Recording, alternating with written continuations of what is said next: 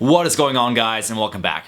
In today's quick video, I want to share with you the top 3 things that Warren Buffett shared at his annual Berkshire Hathaway shareholder meeting. Let's jump right in. Number 1, Warren sold all their airline stock. Now, a couple of years back, Warren made the decision to buy a large chunk, about 10%, of all the top 4 major airline companies, like for example American Airlines. His bet was that even though they're a tight margin business, they are profitable and they will stand the test of time. His tone, however, changed very quickly once the corona crisis struck. You have to understand that Warren is somebody who only invests into things he understands. And something that became very clear at the shareholder meeting is that he said, I simply don't know how long this thing lasts. I don't know what will happen. This is certainly a big lesson to take away from the Oracle of Omaha, to simply know when you don't know. One of the main concerns he did bring up was that number 1, we don't know how soon planes will be back in the air.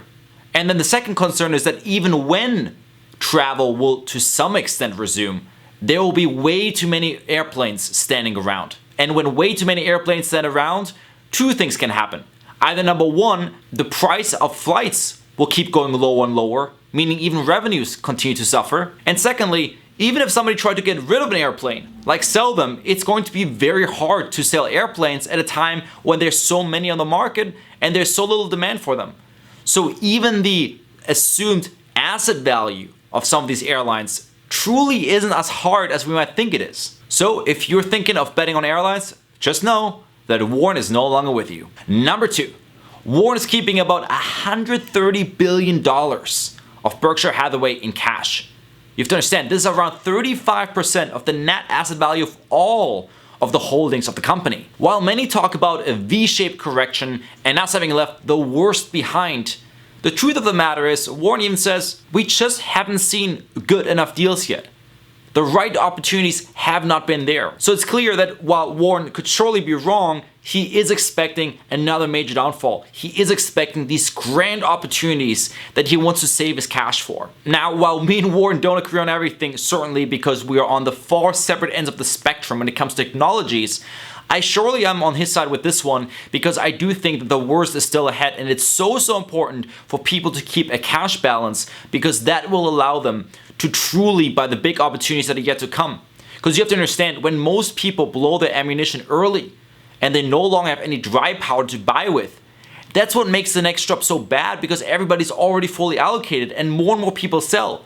So you'll be competing against much fewer buyers that will be able to buy this coming dip. So in times of crisis, it makes sense to keep some dry powder, because even when a long-only patriotic investor like Warren Buffett says, I'm keeping cash, you might want to keep some cash too. And finally, insight number 3. Warren began and ended his talk with a powerful statement.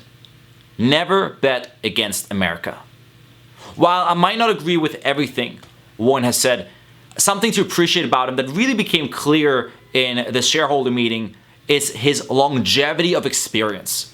This man has been alive for almost 90 years. And he's traded and invested in the markets for a good part of that lifespan. When he recounted his life in the shareholder meeting, he shared experiences as early as his childhood, in the 30s, experiencing the actual Great Depression.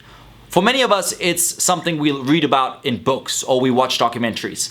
Warren, in a way, grew up in it. And Warren lived through the World Wars, through the Cold War, through the hippie era, through the dot-com boom, through everything. So, and something Warren really highlights in this shareholder meeting, and I would say this is probably the most valuable part to watch, and it's perhaps in the first hour, and I might link to it below. He discusses how much America has grown all the way back from when we first fought for independence. And he continues to progress over decades. And it becomes very clear that while there have been many times in American history where true crisis has faced us, whether it's the Independence War, or the Civil War, or the World Wars and the Great Depression, many of these scenarios did set us back for 5 years, 10 years, sometimes almost 20 years. But if you look at almost any 20-year time span, America always came back on top. So while the current era might cause a lot of fear, with everything that's going down with lockdowns and corona and the seeming fragile economy, if America managed to climb its way out of a civil war, then nothing will stop it here. For example, since the depths of the Great Depression, the Dow Jones has grown by over 700x. So for me, the biggest takeaway from the shareholder meeting was the following. In the short term, we have to play defensively. Because from 1930, when most people thought the worst was already done in the Great Depression, to 1932, the Dow Jones dropped an additional 83%. So it's important to keep that cash cushion so that you can buy the ultimate lows. But at the same time, we need to have an aggressive bullishness for the long term, because betting against the American economy in the long run is essentially betting against America itself. And America has a good enough track record where it comes back from almost any challenge. The American spirit is very hard to knock down. So to sum it up, keep some dry powder to prepare for the worst. But at the same time, it might not be the smartest financial bet to bet on the end of the world. As always, I hope you enjoyed this video. Go ahead and like and subscribe. And if there's any other investment legends like, for example, Warren Buffett, that you want me to review and analyze their statements so that I can give you the down low of what is really happening, leave a link below with the videos or the articles and the investor letters, and I'll take a look and dissect them for you. Till then, I'll see you next time.